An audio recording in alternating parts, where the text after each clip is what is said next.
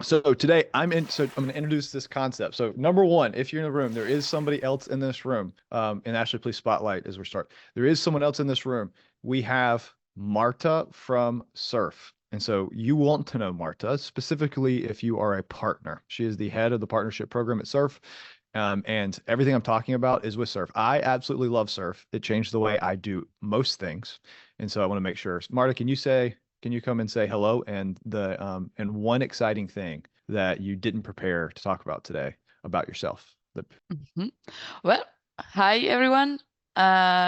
Super happy to be here. So we have started working with Matt quite recently, and I mean, I have to say I love Supered. I got to know Supered in September. We met in Boston, and the only thing that I remembered at first was the bright pink suits that you guys had. It was amazing, brilliant. It sticked in my head until now, and I want one, by the way. Like I wanted the cool Supered swag as well. Receive, we And may be giving away super swag, or we might not. Who knows? well, well, I hope yes. Okay.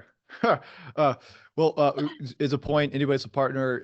You'll see SurroundBound Marta is the point, and so contact. We'll do Q&A. She will help answer some Q&As at the end, specifically anything around surf. Okay. So what the heck are we talking about? I love making things rhyme, especially when everyone's talking, like outbound, inbound, nearbound, surround bound. Let's just make another one.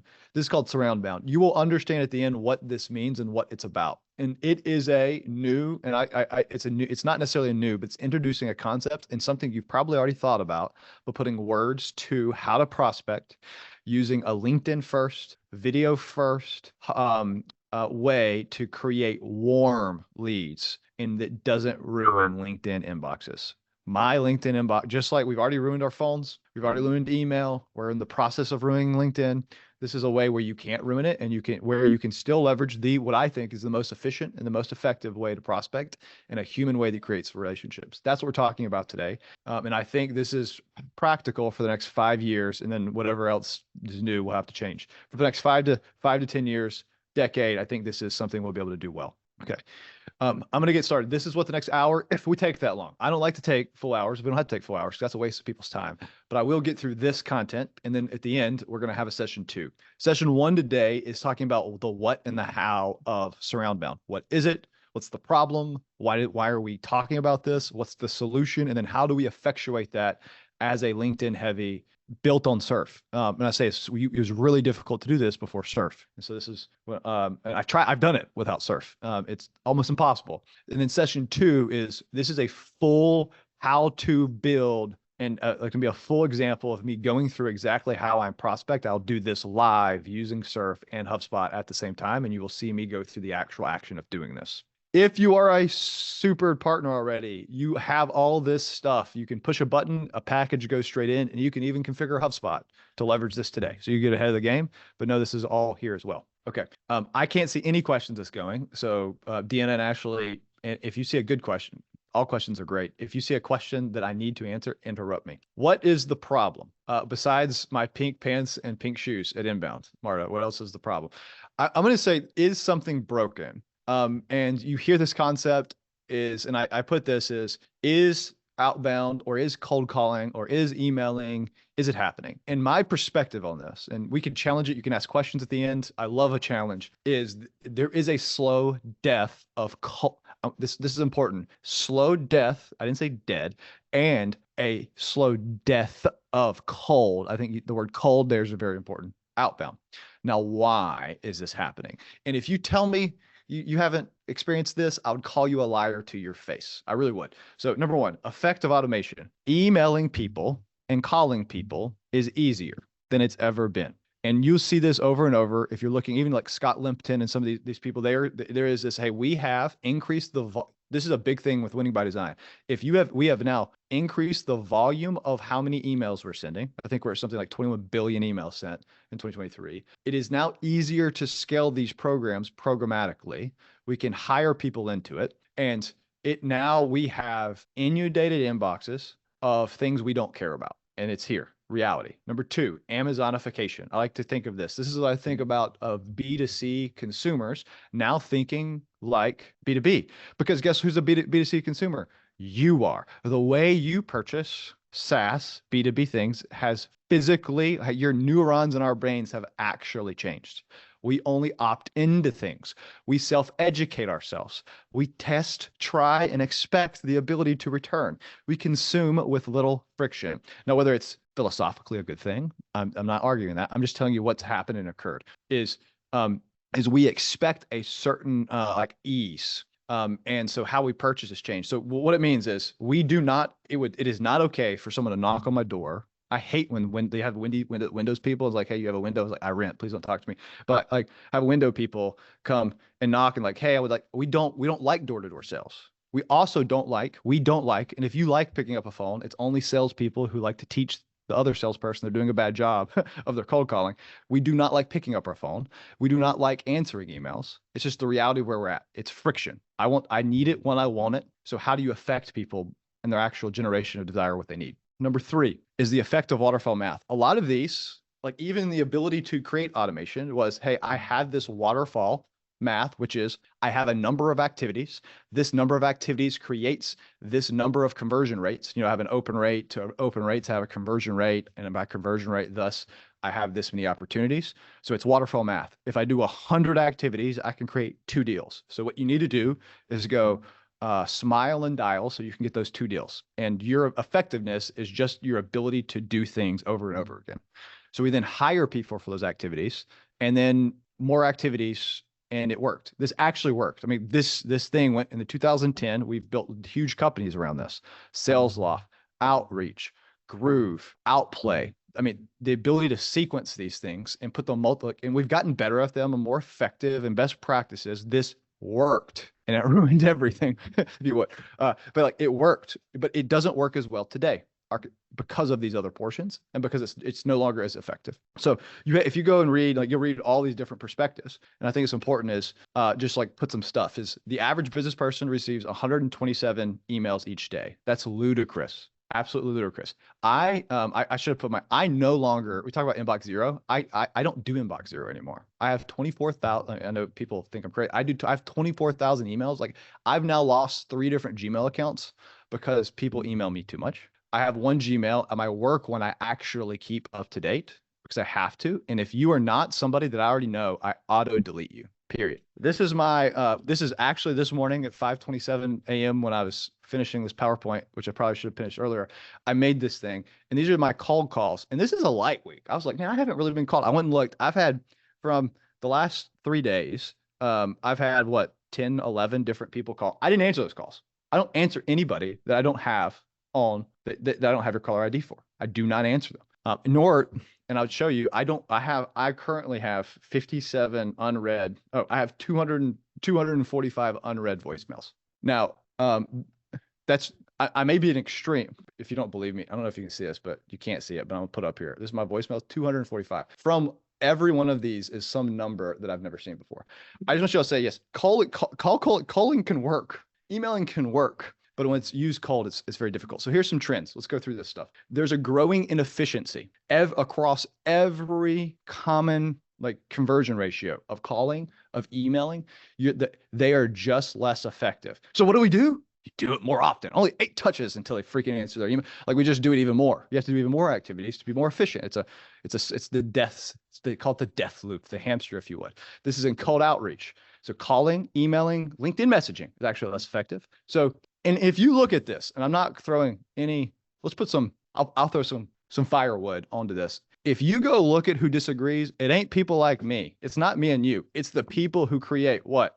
Email automation tools, cold calling automation, and LinkedIn automation. They disagree. They're going to tell you cold outreach is not dead. Why? Because their go-to-market depends on you believing it's not.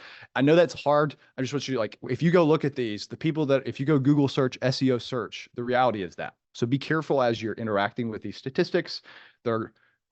As you're doing it, and you feel it. Where do we go now? Where do we go is relationships. You go now. You see this. You just to test as a litmus test. Actually, just test your own behavior. Where do we go now to validate concerns? We now go more than we have. Called a great reset. We are moving from educating ourselves going on the internet through SEO to self-educating and asking friends. Even more so. That's where review sites, G2, Cat, Terra, Clutch. This is what they rely on.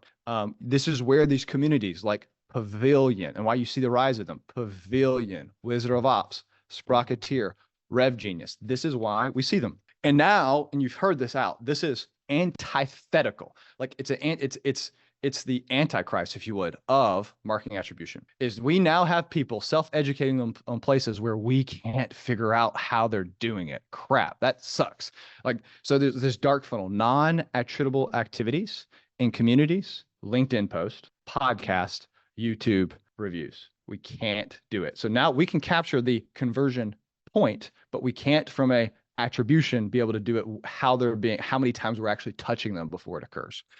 We in that also, and this is, we have near-bound activities where we're moving towards it because we can't do that. Partnerships, you hear partners starting to have a rise. It is near-bound. We do common go-to-markets with similar ICP customers to create better solutions together. And so that's why you're starting to see these, because it's more about relationship. And if we're going to market together, then it's essentially a confirmation. This is a product I believe. This is why I'm doing Surf. I mean, to be quite honest, and we'll talk about these.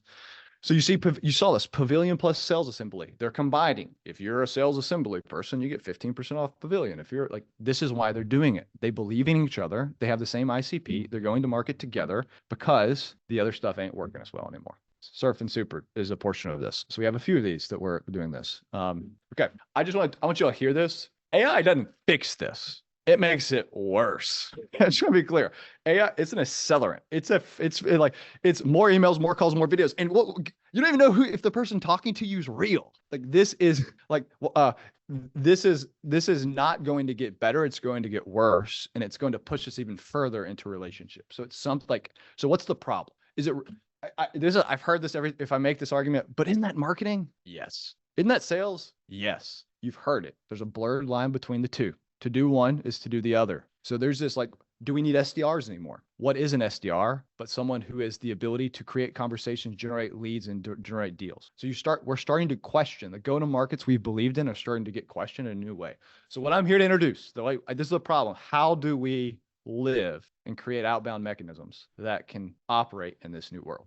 Before we go this, what I'm not saying, say it different, is there are best practices. You can be a really good cold caller because there are best practices on how to do that. And you know what? If you specialize in that, you can be really good at it. Don't stop it. Just know you got to be the X much better than everybody else. And if you're building something out, you probably shouldn't start there. So let me say a good thing. Multi-channel. You should use more than one channel to do something. You should use a sequencing tool to help you organize activities to do them. You should have 8+ touches in some way for the people you're talking to. You need to be more relevant than better. There are best ways for subject lines. You should block times. Like these things are not wrong that we've learned from the last decade of work. We should not lose them. We should just apply them in new ways. You should, what I'm not saying, you should never use calls, emails, SMS. You should use them, but not as a first touch. You should not use them as a first touch. We're privatizing. Your cell phones have become privatized. Emails are privatized. There's a degree of, you need to earn the respect and the ability to go to those places. And then they become really effective. Slack channel is another one. If you can get people in a common Slack channel and talk to them, that accelerates. But it is a personalized space for you to get someone's attention. And they're not the primary places. They are ancillary that are used to close deals and to speed up, not to create. Okay. What I am saying, and I'm going to stop here for some questions before I go into SurroundBound. There are more efficient methods. Consumption patterns have changed. And this is my belief for next. LinkedIn can be a primary mechanism for prospecting. You need to spend time answering questions in communities. You better be sending personalized videos, and you need to do some type of edutainment of your sequences. So if you are not funny, if you don't have a GIF in your email, if you don't have a meme in some sequence, you are not going to, because people just make people laugh, and you'll do better. Embrace is more authentic. Next is embrace the power of the dark funnel. And you'll see what I mean. So like what we're about to do is built on these premises that we're going to go through. Okay. Before I move in, Deanna, Ashley, are there any questions? And I'll respond. Are there any questions before I move? And I will sit here for 5 seconds. Okay. What's the solution, Matt? Thank you, Sean. That's a great question. Makes me continue going on. Great question. What's the solution?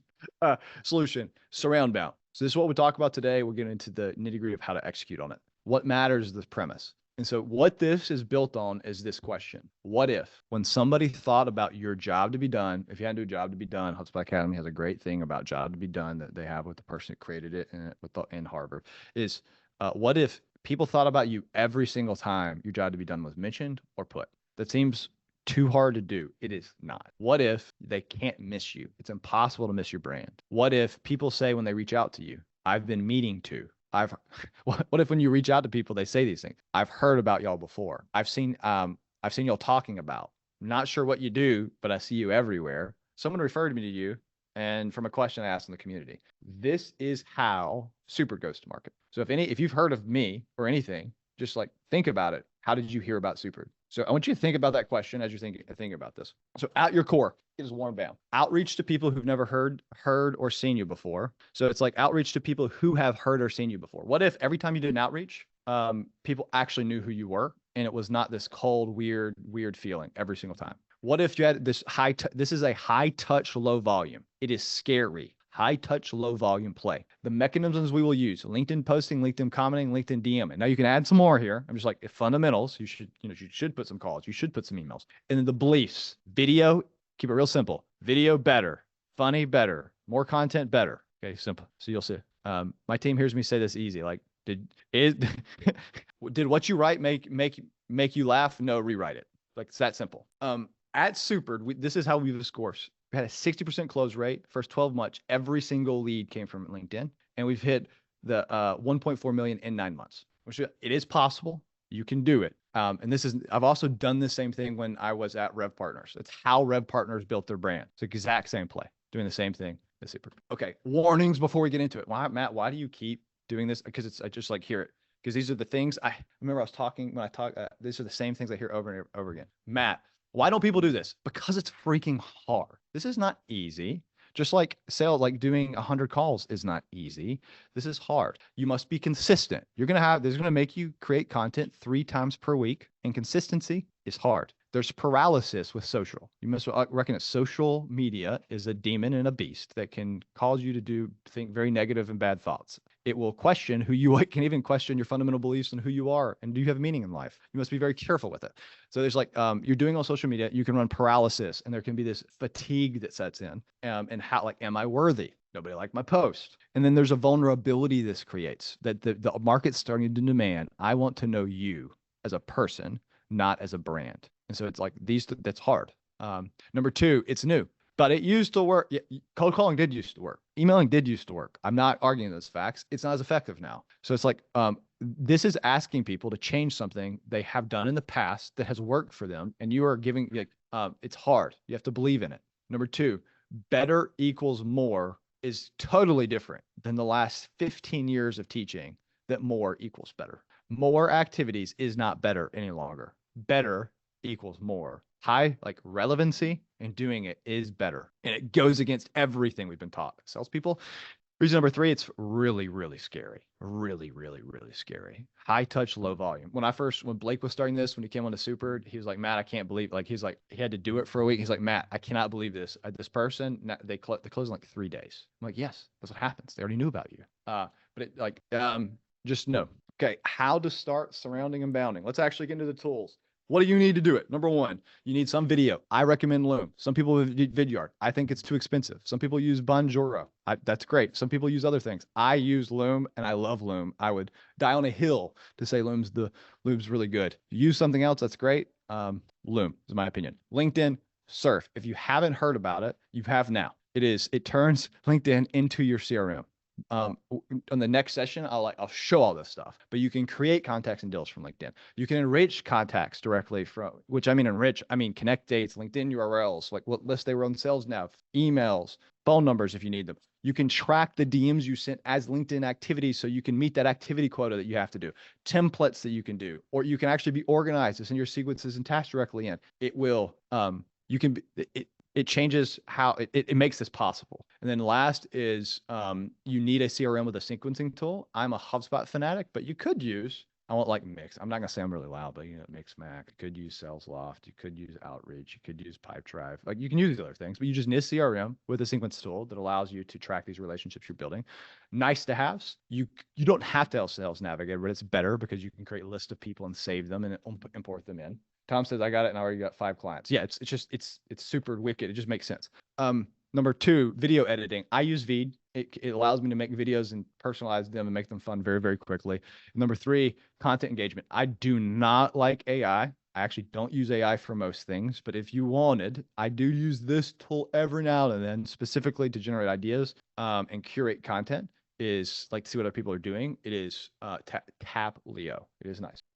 Okay, so how do we do this? Step by steps. Number one, you have to find the space. Now, of the things you need to do, and this is where marketers would hate me. Of the things you need to do, I actually think this is the least important. What? Yes, the least important one. But you like need to like think about it before you do it. You need to say, who is the person I'm going to date? And I'm going to let you know this. You don't know who you want to date. You don't know what you like yet. You just have a hypothesis. So don't sit just sit there for a second. Like the only way you're going to get to know is if you do it a bit. So you need to court the right person. You need to essentially know like who is your buyer and why. Have some hypothesis about what are your common challenges. Like there's lots of things written out of this. This is probably the thing we already know. Get your personas. But if you spend more than 60 minutes, that's already too long. If you spend more than 60 minutes on this, you've wasted time. I'm going to put this, and I put these in things. SurroundBound is action leadership, not thought leadership. And I'll talk about that in a second. You don't need a perfectly crafted message. I don't care. Like you don't. In fact, you should be talking like a 5-year-old in your LinkedIn posts often. Like a whole how to do LinkedIn best is a separate thing. But your message is honed through repetition. The best messaging is battle tested. Just start moving. Your messaging will get honed in what you're doing. Okay. So here's an example of the amount of time I spent on this. I promise.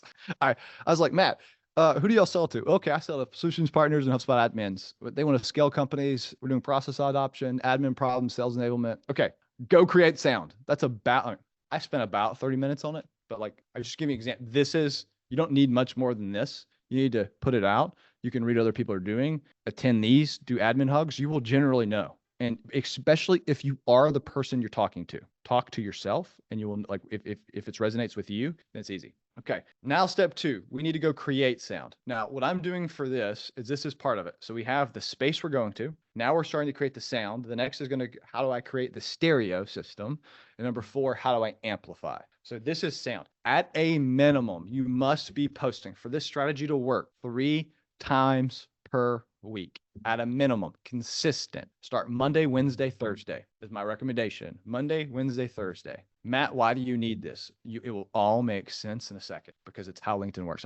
But you have to be posting 3 times per week. You should treat it like your calls. The same amount of again, this is low volume, high touch. And you'll see why this is high touch in a second. LinkedIn post is just a stretch. Okay, here's some tips. And I give this, you maybe see this, and I do this, is you are a freaking well of content. If someone tells me, Matt, oh no, I can't do that. I don't have any content. I'm like, you are lying to yourself. The issue is you're at a grocery store and you don't have a list. You don't have a clue. You don't know what you're talking about. You don't know what to buy, but you have a galore. You are busting at the seams with content. So what do I mean is every time you interact with a customer, every time you get frustrated with your boss, every time you get angry at something you see when you're driving down the road, every time everything is content. The hard part is selecting what to do. And that's where you have those boxes. And that's where it takes a little bit of authenticity. So review anytime anybody, I just put some categories for things. Some categories of crap is anytime anybody leaves a review about your company, instant content. Anytime you're on a sales call and somebody gives you an objection, instant content. Anytime you see a process internally in your company and you think something could be do better, instant content. Anytime you have a like this document, I could copy and paste this and put this as just this screen is content. Like I have 25 posts from just doing this PowerPoint as content. And I have failed everyone in the room if I don't turn it into think about it and digest it, redigest. Top of mind, the best content you have is right now. Like you are responding in some way right now. Like Matt is full of crap. Outbound ain't dead. This is stupid. Write it. Go prove me wrong. Which you'd be proving right by doing it. But the point is go create the everything that's top of mind, anything you're responding to or you're getting angry at is good.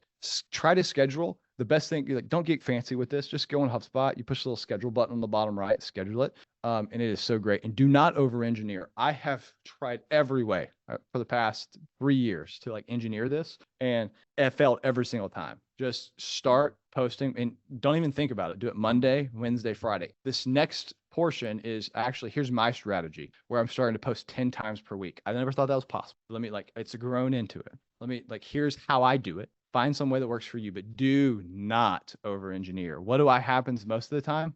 I'll explain. Here's how you create this. So we're still creating noise. You're getting that mic and you're creating noise. Bucket. I collect every single post I see that I like. I have I have this note that I just copy paste. I have hundreds of LinkedIn posts that I'm like, I like that. Anytime I respond to it, this is fun. I can see when people are leaving and joining. I see you left, Chris. I'll tell people about. You probably had a meeting at 11:30. So anytime you copy something, you see it, you have this bucket that you're going through and like these concepts. Like I have one right now. I'm going to write. It's called "You Become What You Behold." I heard it at church. You become what you behold. I'm like, oh, that's a really good concept. I should write. That's very truth. I need to write something about that. That resonated with me. So like anything that resonates, I'm constantly doing it. Weekly, on Mondays, I have a 30-minute like content session where I do as many things I can get done that I can then post. And I have like 5 different days where I can post for those. So I'm trying to do as many. I often don't get done with them. I often have to write them the same day, but I just do as many in that 30 minutes as I can, and you get better and better as you do it. And then I have a assignment where I have to post every day. I use Asana as my thing, and I have a daily post. I say I have to Monday, Tuesday, Wednesday, Thursday, Friday, and I have to click the button that I posted and what I posted about right there. This is the last point is I often just feel inspired. This is what I mean. And I'm like, man, I really hate, I'm not going to say it out loud. I really don't, I don't know what I'm going to talk about. I'm going to say it differently. I really love HubSpot right now. And I just logged into HubSpot and I don't understand the product anymore because there's been 400 updates. I'm going to write about that because it's frustrating to me in a good way. I write about it and then I schedule it. So like, and it's immediate. And as soon as, because that thought, if you try to think about that an hour or 2 or 3 hours later, you won't do it. This is Eminem. This is what he does. I'm not Eminem, but this is what Eminem does. His piece of napkin paper, and he gets these rhymes in his head. He'll stop talking to people. He'll write them down. He'll come back.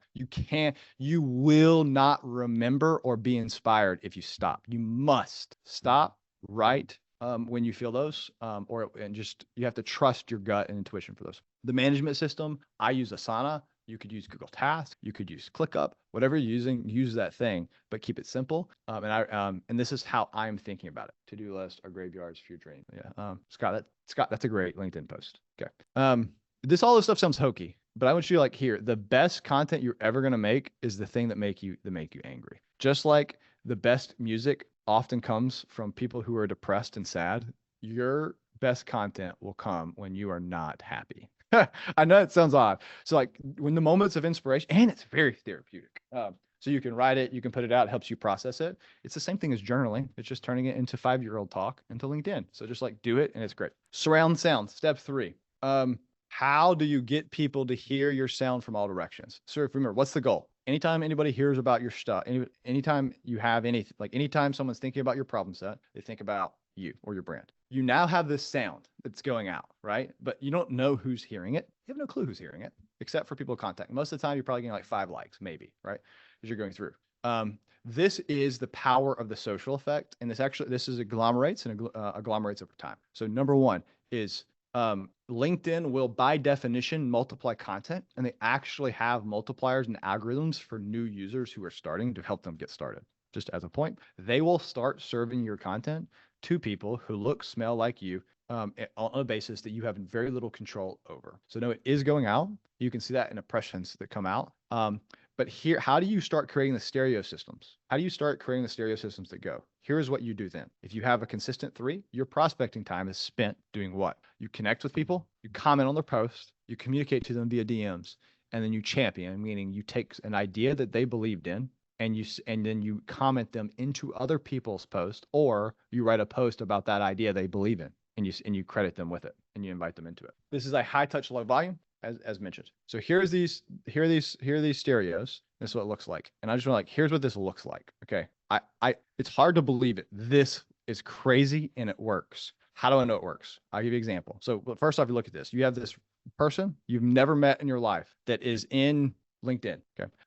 This is this main, if they really hear you, right? They're watching the TV and you're DMing them, like they see you. They have to, like, push the X button. Their little notification goes away. They see you. But you can comment, you can champion their ideas. And what happens as soon as you connect with that person, they are starting to be served your post. I sometimes have people like going and liking content that I did last year. I'm like, how the heck did they see that? It's because of LinkedIn. So you start like getting all these stereos and all your posts, and they started getting this. This is surround sound. Now you can surround them for about a week or 2 weeks, and I'll show you how you actually start surrounding them more deliberately. But as soon as you connect with somebody, this starts to occur. Let me tell you a story. I'm at church, and I'm in a small group thing. We have like 20 or 30 people, families, and we're going on Friday night. And there's somebody named Jason, and he's a roofer. I don't talk to roofers very often, and he's a commercial roofer. And I've never had a company that's not remote, so I don't like have nothing to do, no offices. I have no reason to talk to a roofer. I walk in, and he's like, "You're Matt." I'm like, "Yes, that is my name. Who are you?" He's like, "No, you do that dance thing." I'm like, like he's like, yeah. He's like, "Matt, you're not as excited as you are on LinkedIn." I'm like, "Yeah, it's kind of yeah, it's a little it's more I'm doing, yeah, like I'm there to like create noise. I'm not there like I'm here to do something totally different, like resting. I'm not here for that, to doing that. My point is, I've never met him. I don't talk to him. He wasn't even one of my ICPs. And he knew who I was. And you know what he started asking me about? HubSpot. Hey, do you know anybody? Like, hey man, like, how do you know? I was like, yeah, I get it. That's the effect. People, like, that is what starts happening once you are doing this strategy, and you will not understand or be able to even, like, you can't, it will start blowing your mind, the people you're reaching, and they're coming out to you that you could just not ever account. So step 3, here's some examples. So here's how I recommend, this is how we do it at Super. And I say we, I mean me and Blake. Let me see, because it's not like we have this huge outbound team, because you don't need a huge outbound team when you're doing this, because outbound becomes inbound and it's all warm bound, and you start bounding. And that's why I think it's funny. Anyway, so here's how you create surround sound process. I get 10 to 20 people per week. I put them into a list. I will talk about next session. I'll show you exactly how I do this and how I have it all organized in HubSpot and how we're doing it.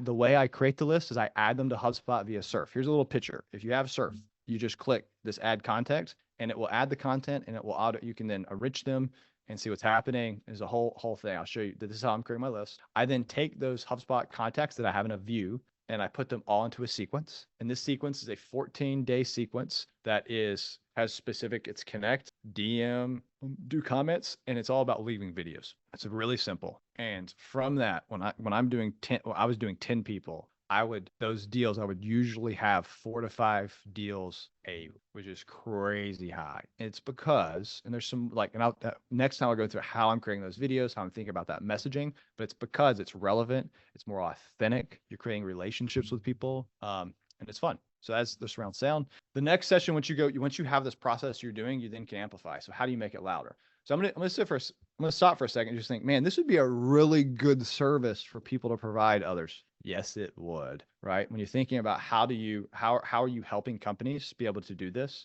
Like training people to do this, creating this amplification. So here's some of the things where you help to amplify is podcast. Now I mean a podcast, and everybody has a podcast, and that's great. Not a podcast not a podcast that you actually care if people listen to. I have a podcast called, there's a lot of people here. I have a podcast.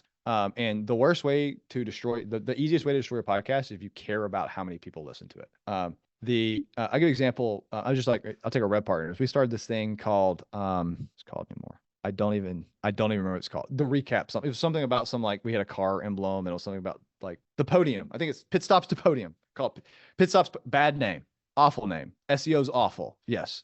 It's Pit Stops to, no one's going to like Pit Stops to Podium. All we did was saying, hey, we're going to talk to people who have leaders who've won before. I'm going to get them on a podcast. I'm going to have them talk about how they ran sales organizations. And then I reuse that content, because who am I actually talking to? People who've run sales organizations. And what happens is it becomes a really good warm outreach to whom? The people you want to talk to. Hey, VP of sales, love to have you on my, it is now a relational driven outreach to have them talk, and you can actually start to educate and talk to people. It is phenomenal. And I love, because it actually creates intimacy. It creates relationship in a way that's very difficult, because you can speak to somebody about topics they care about. Increase your post frequency. I'm at 10 per week. I started at 3 per week. Don't start somewhere crazy. Like it will get it, you can start putting more fuel on this as you get more comfortable with your process. How do I do 10 per week? I have content series. So like I have things I'm going to do no matter what that I've committed to and created branding around them. That is coming in hot, where I do that I love dance. So it's like this coming, I'm just gonna where we have it coming in hot. We're talking about RevOps in some perspective. We have the super duper update where we turn people into Mario characters. We have super jam where we sing. Competitions, that 10K competition. We're doing a 50K competition. This ability to create content on a consistent basis, you can start to use these mechanisms that will force you and everyone where you can create momentum. Another way to make it louder, and I think this is understanding and using Surf for the full power. And I don't recommend doing all of these without first like having a system. What I mean by this, if you templatize your LinkedIn outreach, you kill the relationship. So you should first do it organically, get your messaging down, learn how to do videos before you templatize it. Pretty please. If you don't, it won't be as effective. If you do, it won't be as effective. But you can't, like, once you have that down, you can start to have templates inside Surf, and you can do those for DMs and some other cool things you can do. You can run all your sequences. Your tasks can be directly done from Surf. You can capture your LinkedIn messages, and you can use GIFs as another way via Surf with templates. That's how you amplify. Let me give you some examples. So it's like, hey, what is that? Like, look, we have these things where I'm like, hey, I have super duper updates. We put them out once to twice a week. We have different things we're doing where we turn people into Mario characters. We have our 10K competition where we took the 10K pitches and be able to create content that we can reuse. That snippets that we're putting. We have fast interiors where we're talking about HubSpot partners that have scaled that we then reuse for templates. We do it. We have our super jam where we have where we are now redoing twice per week. The next one's one of not twice per week, twice per month. Yes, Deanna, twice per month. So like the next one we're doing is Carol of the Bells. It's called Carol of Sales. We're going to doing like a G6, except go in G2, like instead. So these cool things you can start doing. Okay. That is, yeah, boom, 45. So that is the theory. Next session, we're going to talk about taking theory into practice, but I couldn't go into like practice because none of that crap you wouldn't understand it, nor would you like have the hope in which you would need to bridge the gap of belief. What I'd like to do next is, it's okay if we don't have 15 minutes of Q&A, but I'm here for 15 minutes from whoever would like to ask me questions about anything. So is Marta, if you have a specific question about Surf for the partnership, and I will open it up to everyone. I will answer questions about anything, not just what we talked about. Okay, questions open. I'm just going to sit here and stare into for 15 minutes if needed. Am I able to just come off mute and ask, Matt? That was not the plan, but I like that you did it and you didn't ask permission. I love that. Yes. So, we're talking a lot about what you did with Super, with a product focused goal, right? I'm curious to how you would adapt or change or do the same thing from a service based or industry based, right? So, we are a HubSpot partner. And so would you focus the content on HubSpot based content, how to be helpful around HubSpot, or, how would you kind of shift this, whereas you're focused all in on your Supered product, whereas I service a different product, right? Does that make sense? Yes. So the question I'm hearing is, Matt, this sounds like it could be useful for a SaaS product. Is this useful for a service product? It's a fundamental question. I would agree with that. Okay. What's great is what I just as a point is before I parted ways, I created the entire go-to-market and did the exact same play with rep partners. So I know this works for service companies because I've done this play with a service company already. And it became the fastest tiering HubSpot solutions partner in the entire ecosystem. Now, how does that work? How do you do that? That exact same play, everything I shared with you is exactly what we did. So, and I was the person that was creating it. So now look at people that I think HubSpot, like they do it the same way. You have Shadab that's creating a bunch of stuff that's from rep partners. You have, so just a point that this does work for service companies. Now, what do you need to do? What are you going to I like to think of this thing as propagation. What am I going to be prolifically propagating over and over and over and over again into the link here? Yeah, Rob Jones. If y'all know this, me and Robert Jones, went to high school together. And as a point, and he came to Rep Partners because I said, Robert, you have an immense amount of talent. Yeah. And nobody knows about it. And I want to turn you into a LinkedIn superstar this is the thing we did, guys. I'm just giving this to you. Like, this is the play we did. It's hard, but it is not unique. and you can do it. So you just have to pick. Is my recommendation is, and this is, if you think of Rev Partners, we picked this idea of RevOps before it was cool. Now it's cool. So that messaging doesn't work anymore. You have to pick what is the thing you're going to be known for? And so my recommendation is niches. So example would be but when I was doing Rev Partners, HubSpot wouldn't talk bad about Salesforce because they're good people and they're lovely and they don't like talking bad about things. And that's Dharmesh. He's a very nice, he's very good. He doesn't like to. So, I was like, I'll be that lightning rod. I'll talk bad about Salesforce and I will be known for the person that is charging the flag against Salesforce is not the best. And you have another person. And I'm just going to go into the battle and take all the scars that it takes. And I will go do that thing. That's what I did. But it's so known for, and I said, I will be the Salesforce ripper. And that's what I went to try to go do. So there's an example, but you could do that for HubSpot in manufacturing, HubSpot in real estate, HubSpot in doing product updates, HubSpot and whatever that thing is. You can make that niche and pick 3 or 4 different topics that you're going to talk about over and over again. And then just be authentic and do ad hoc what you would like. Did that answer? And was that sufficient? Or would you like a second question to expand on that? Yeah. Yeah. I did a HubSpot versus Salesforce debate. And I was told to tone it down from the moderator. That's correct, Ryan. Sean, I did. Perfect. Chris, here's my question. How do you niche down in an ecosystem when HubSpot isn't vertically focused, in my opinion, but business size focused instead? I think that's exactly why I think that question actually, in my mind, Chris, is the reason why you should focus on niches. Exactly. You can't win. You can't out project other speakers sometimes. So you're finding your space in your room. And HubSpot is a louder speaker than you. They in general, they're going to be louder than you. And you're right. What are they not focused vertically? So if you create solutions based on and they've said this, we are not going to be vertically focused. We're going to be, we're going to build the primary system. And this will exist in any CRM. If you can say, I specialize in this and this, you are able to create an audience that will want to listen to you, and you can surround bound them much easier. And that's why it works, actually. If you have a system that also is going after the exact same thing as you have to do near bound with them, because so you amplify to the same people. Because if you don't, they will drown out your noise. So one of the things that I think every partner goes through with their CAM or channel consult initially is they ask you to find a niche, and I think everyone ties niche to vertical to a certain degree. So question, with your experience when developing Rev Partners, did you choose a niche and vertical initially and then make a pivot later on when you realized that it's not vertically focused? Yeah, good, really good. Chris, you're making some good questions. The answer is no. I actually, when they told me that, I said that I told them that's not our vision, and I'm not going to do what you're asking me to do. Yeah, ever. That's what and they'll also ask you at the beginning. HubSpot was asking you to do not just they weren't vertical focused. They were trying to make you to be product focused. They wanted us. You could hey, I need you to sell the CMS. And it's my recommendation here. Rev Partners' idea was, I am industry agnostic. I'm go-to-market focused, and we're going to be really good at two-stage go-to-markets, which is SDR and AEs.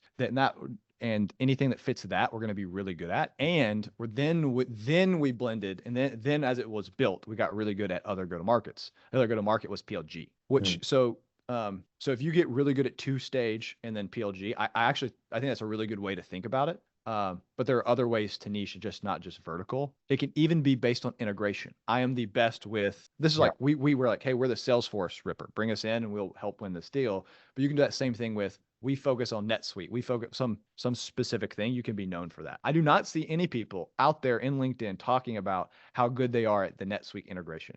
There are people out there, I think, Chris, you've talked about them, that are really good at this. They just do Salesforce and HubSpot integration. That's all they do. That's all that she wants to be known for. And she's capturing mindshare that way. So I think it's and she's surround bounding. Yeah, no, I agree. I think it's a lot of partners are leaning towards being maybe service focused as the niche, or a certain strategy within their service focus of their niche instead, because I'm seeing more and more partners become industry agnostic, and we have been from the start, and I've been hell bent on maintaining that. Yeah, I think it's a good play to be industry agnostic. I think it's a good, if it's a bad play to be in industry agnostic if you don't have Good. Have a niche. Does it have to be vertically specific? No. Got it. You must have something you are better at least you're telling people you're better at, and it should reflect in delivery than other people, or you can't scale. Okay. Other questions. I cannot see everything. Deanna, can you point one out for me? Yeah, Tita says if we no longer are able to track where people are getting the information from and just track the conversation, do you consider it still relevant to put some effort into finding out how people land into your service or product? If so, how would you do that then? Yes. There are two methods to collect. There's the point of conversion, which is what we collect when we do attribution, point of conversion. And then there, which is you can do quantitatively, and you can run reports against that. But then there is qualitative. And so the best way of doing this is just asking and getting really good at asking, whether that's on a form or in a sales meeting. And salespeople want to know this because they want you to invest in the things that are working. Where did you hear about me? One people, if you want to like listen to the voices, if we haven't heard, you may have heard this. They are surround bounding against this. I forget his name. It's Chris something, but it's for Refine Labs. They surround bound this topic. If you look at dark funnel, qualitative or quantitative attribution, they surround bound this topic. And they actually have some really good ideas and things, which is split point of conversion from actual conversion, quantitative versus quantitative, and be focused on quantitative. I'll give a real life example of this. I got on a call. I had a call which was a review. It was a review call, and I said like, tell me why I suck, I think was the email. And so it was on this call with this individual, and he's like, hey Matt, I really like Supered. I'm a partner that focuses on building out outbound. And I heard about you from Pasha. So if I look at my marketing automation platform, what is it telling me? Point of conversion is website to form fill. He told me he heard about me as a customer referral. And then he started seeing my stuff on LinkedIn, and he decided to start because I asked the question. That's the difference. So you just have to ask and start collecting. Okay, we have 4 minutes, probably time for 1 to 2 more questions. Don't be shy. Ask your questions. I have one from Sarah. And I think this is from Creative. I saw your blooper video, loved it. Was thinking about how to motivate team members to come out of their shell. I have team sales members who say they are not hams like Matt.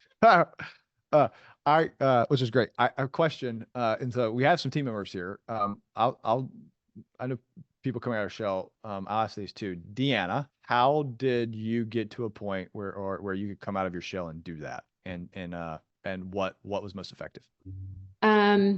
Seeing an example of my leader doing the crazy things definitely helped bring me out of my shell. I am a self-proclaimed introvert. I need my time to recharge after I expel social energy and credits. So just feeling energized by the rest of the team, like getting on board and being excited about doing it really is kind of what brought me out. So number one is, and I'm going to get rid of I'm still sharing my screen.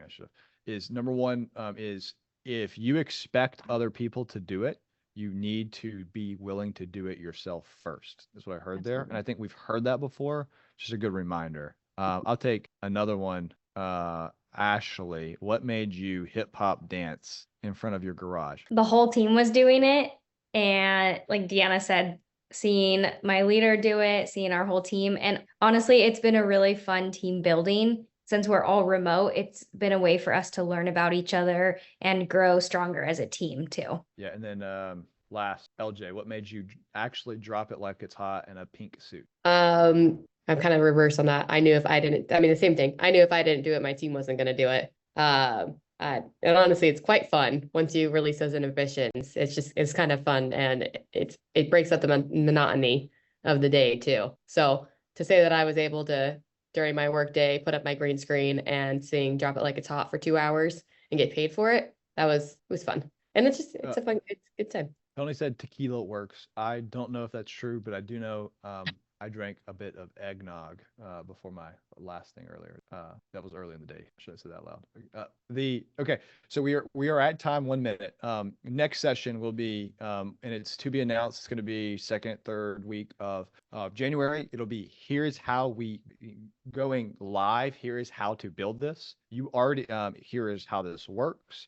Here we'll set the integration up inside of Surf. We'll talk about the sequences used. I'll actually do a few of them live so you see it. It'll all be done. If you have any questions, feel free to hit me up on LinkedIn. And if you have any questions about Surf and how awesome it is, Please, you can ask me those questions. Marta would be more loving and willing and probably respond faster. I would probably, she'll respond faster than me.